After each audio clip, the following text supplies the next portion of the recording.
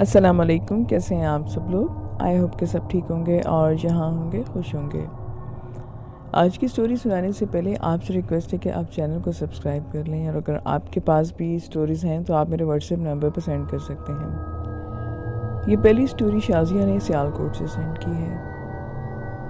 میں یہ چاہتی ہوں کہ یہ واقعہ سننے کے بعد کسی نہ کسی بہن کی زندگی برباد نہ ہو جیسے کہ میری ہوئی، کیونکہ میری زندگی جنات نے تباہ و برباد کر دی۔ میری شادی کو 11 سال ہو گئے ہیں اور میرے ساتھ جناتی مسئلہ شادی سے پہلے کا ہے۔ میری شادی سے چند سال پہلے کی بات ہے۔ کالج کے زمانے میں سردیوں کی دوپہر کو اکثر نہا کر اور گیلے بال کھول کر کتابیں لے کر میں چھت پر چلی جاتی تھی اور بڑے ہی شوق سے بغیر دوپٹے کے چھت پر بیٹھ کر دھوپ سے اپنے بالوں کو سکھاتی تھی۔ میرے بال انتہائی حسین اور چمکدار لمبے تھے۔ مجھے ان سے پیار بھی بہت تھا۔ میں اپنے بالوں کو بے حد حفاظت کرتی تھی۔ گرمیوں کے دنوں میں سب گھر والے چھت پر سوتے تھے اور میں بھی چھت پر ہی سوتی تھی۔ گرمیوں کی ایک رات بھی دیگر گھر والوں کی طرح چھت پر چرپائی پر سونے چلی گئی۔ اکثر آدھی رات کو میری آنکھ کھل جاتی تھی۔ میں ویسے بھی بہت ڈرپوک لڑکی تھی۔ ایک رات جب میری گہری نیند سو رہی تھی تو کسی نے میرے کان میں بڑے پیار سے میرا نام لیا۔ میں ایک دم خوف سے جاگ گئی۔ مجھے صاف محسوس ہوا کہ کسی نے ضرور میرے کان میں میرا نام لیا ہے۔ پھر ایک رات جب سب گھر والوں کے ساتھ میں چھت پر سو رہی تھی، صبح میری آنکھ کھلی تو میں نے حسب معمول کنگھی کرنے کے لیے اپنے بال کھولے تو میرے بال ترچھے کٹے ہوئے تھے، جبکہ میں نے چٹیا کر کے جوڑا بنایا ہوا تھا۔ اس کے بعد دن رات میرے لیے اور میرے گھر والوں کے لیے آزمائش سے کم نہ تھے۔ ایک دن میں فریج سے کچھ نکال رہی تھی، جب میرے پیچھے مڑی تو کسی غیر انسانی چیز سے میں ٹکراتے بچی۔ پھر تو یہ روز و شب کا معمول بن گیا۔ میں کبھی چیختی، میرا سارا گھر عجیب و غریب چیزوں سے بھر گیا۔ میں واش روم میں بھی اکیلے نہ جاتی۔ میری بہنوں میں سے میرے پاس کوئی ہوتی۔ پھر میری امی مجھے کئی لوگوں کے پاس علاج کے لیے لے کے گئیں۔ کسی اللہ والے سے دم کروانے گئے، مگر وہ نہ ملے تو ہم مایوس ہو کر واپس آ گئے۔ ایک رشتہ دار مل گئے، انہیں ساری بات بتائی گئی تو انہوں نے اگلے دن مجھے کسی اللہ والے کے پاس لے جانے کا وعدہ کیا، اور اگلے دن میں اپنی امی اور ایک رشتہ دار کے ساتھ ایک اللہ والے کے پاس گئی۔ ان کے علاج سے میں ٹھیک ہوئی اور مجھے شفا مل گئی۔ آہستہ آہستہ میرا ڈر بھی کم ہوتا گیا۔ پھر رشتوں کے مسائل شروع ہو گئے۔ خیر وہ مرحلہ بھی بڑی مشکلوں سے حل ہوا۔ شادی کے بعد میرا پہلا حمل 5ویں مہینے میں ضائع ہو گیا۔ اللہ تعالیٰ نے مجھے 2 جڑواں بیٹیاں دیں، جن میں سے ایک رات اور ایک اگلے دن فوت ہو گئی۔ پھر 2 سال کے بعد مجھے پھر امید ہوئی۔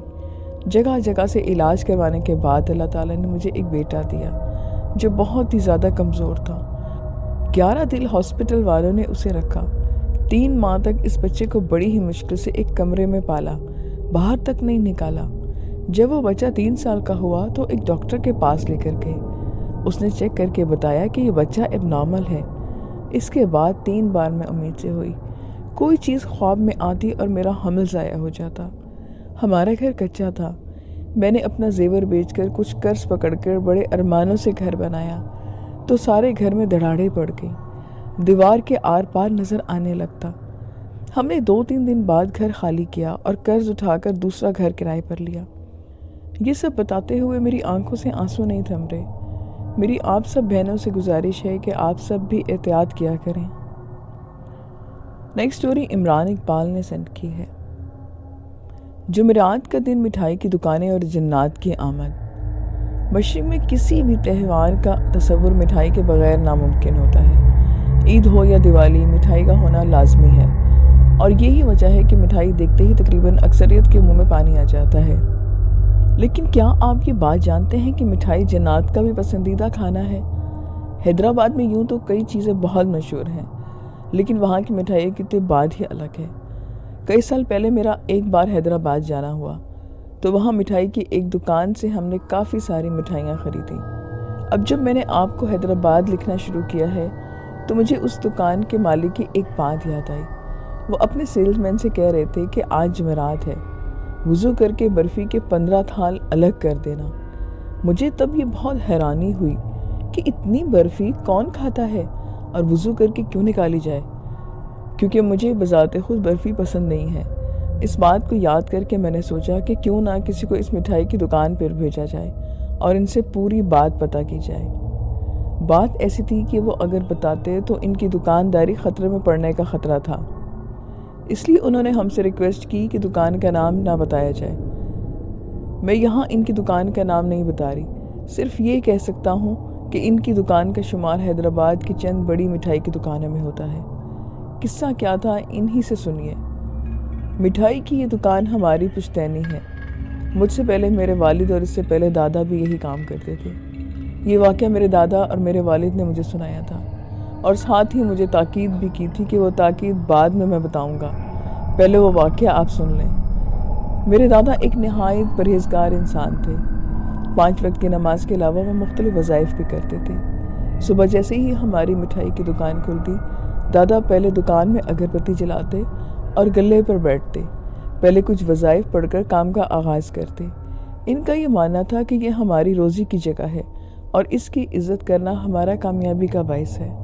شاید یہی وجہ تھی کہ ہماری دکان کی مٹھائیوں کی بڑی دھوم تھی۔ لوگ دور دور سے یہاں مٹھائیاں خریدنے آتے تھے۔ وہ جمعرات کی ایک شام تھی۔ دادا دکان پر بیٹھے ہوئے تھے۔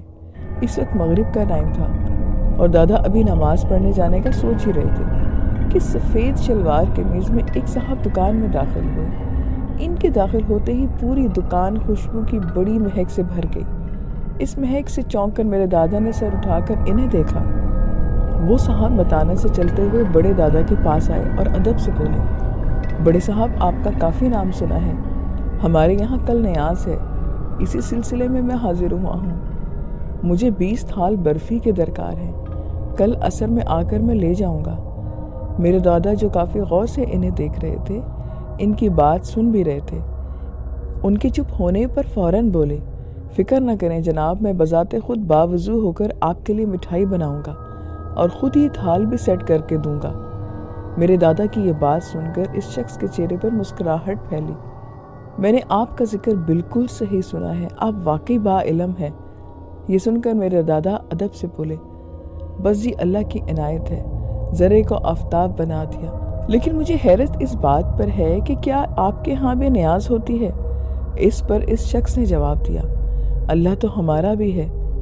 یہ سن کر میرے دادا نے سر میں ہاں ہلایا۔ آپ کل عصر کے وقت آئیے گا، انشاءاللہ آپ کو شکایت نہیں ہوگی۔ وہ شخص یہ سن کر پھر کچھ نہیں بولا اور چپ چاپ اسی وقت ساری مٹھائی کی پیمنٹ کی اور چلا گیا۔ میرے ابو اس وقت دکان پر موجود تھے اور دادا کے برابر ہی بیٹھے تھے۔ اس شخص نے جانے کے بعد انہوں نے دادا سے پوچھا کہ کیا وہ شخص انہیں یا اس شخص کو جانتے ہیں، جس پر میرے دادا نے کہا کہ وہ گھر جا کر اس بارے میں بات کریں گے۔ رات کے کھانے کے بعد میرے دادا نے میرے ابو کو اپنے پاس بلایا اور ان سے کہا، جو میں تمہیں بتا رہا ہوں بیٹا، اسے غور سے سننا اور ہمیشہ یاد رکھنا۔ اس دنیا میں جس طرح انسان آباد ہیں، ویسے ایک ایسی مخلوق بھی ہے جسے اللہ تعالیٰ نے آگ سے بنایا ہے، وہ جنات ہیں۔ ان میں اچھی اور برے دونوں ہوتے ہیں۔ آج شام کو جو شخص ہماری دکان پر آئے تھے، ان کا تعلق بھی انسانوں میں سے نہ تھا، لیکن کیونکہ ان کے پاس بھیس بدلنے کی طاقت ہوتی ہے، اس لیے وہ انسان کے روپ میں ہماری دکان پر آئے تھے۔ لیکن ابا آپ کو کیسے پتا چلا کہ وہ جن ہے؟ یہ بات میرے ابو نے ڈرتے ہوئے پوچھی۔ اس پر میرے دادا نے ہنستے ہوئے جواب دیا، بیٹا جی یہ جو میں تمہارے لیے بہت وظائف پڑھتا رہتا ہوں، یہ اس کی برکت ہے۔ اوپر والے نے تھوڑا کرم بنایا ہوا ہے۔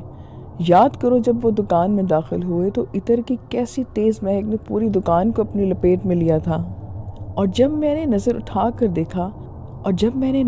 کر دکان لگے شیشے میں دیکھا تو وہاں ان کا عکس بھی نہیں تھا۔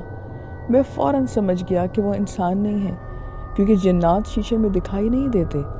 کل وہ اپنی مٹھائی لینے پھر آئیں گے، اس لیے انہیں دیکھ کر بالکل نہیں گھبرانا۔